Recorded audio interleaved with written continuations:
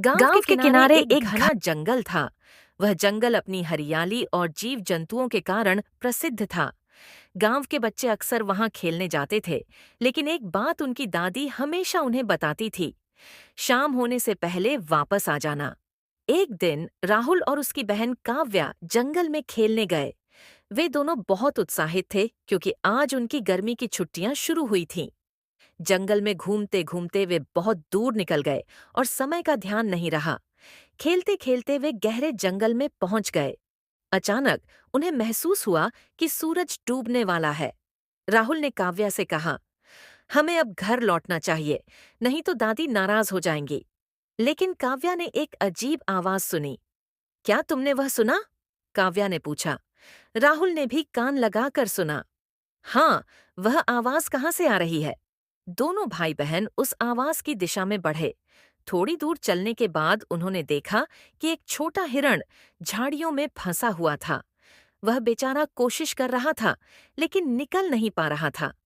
काव्या ने कहा, हमें इसे बचाना चाहिए। राहुल ने सहमति जताई। दोनों ने मिलकर झाड़ियों को हटाने की कोशिश की। काव्या ने हिरण को शांत किया और राहुल ने सावधानी से झाड़ियों को अलग किया। कुछ देर बाद वे हिरण को बाहर निकालने में सफल हो गए।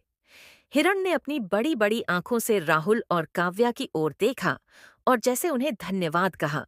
हिरण को मुक्त करके दोनों ने वापस घर लौटने का निश्चय किया। लेकिन अब अंधेरा हो चुका था और जंगल में रास्ता ढूंढना मुश्किल हो रहा था। काव्या डर गई और राहुल भी चिंतित हो गया। तभी अचानक उन्हें झाड़ियों के पीछे से एक हल्की रोशनी दिखाई दी। राहुल ने काव्या से कहा, चलो उस रोशनी की तरफ चलते हैं, शायद हमें वहां से बाहर निकलने का रास्ता मिल जाए। दोनों ने हिम्मत जुटाई और रोशनी की दिशा में बढ़े। थोड़ी देर बाद उन्होंने देखा कि वह रोशनी एक मशाल की थी और उसे एक बुजुर्ग आदमी थामे हुए था।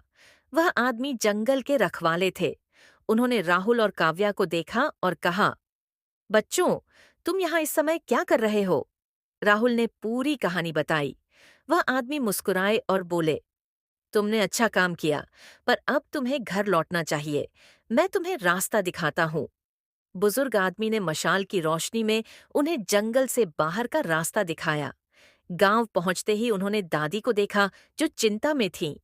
राहुल और काव्या ने उन्हें सब कुछ बताया। दादी ने उन्हें गले लगाते हुए कहा, तुम दोनों ने बहुत बहादुरी दिखाई, लेकिन हमेशा समय का ध्यान रखना चाहिए।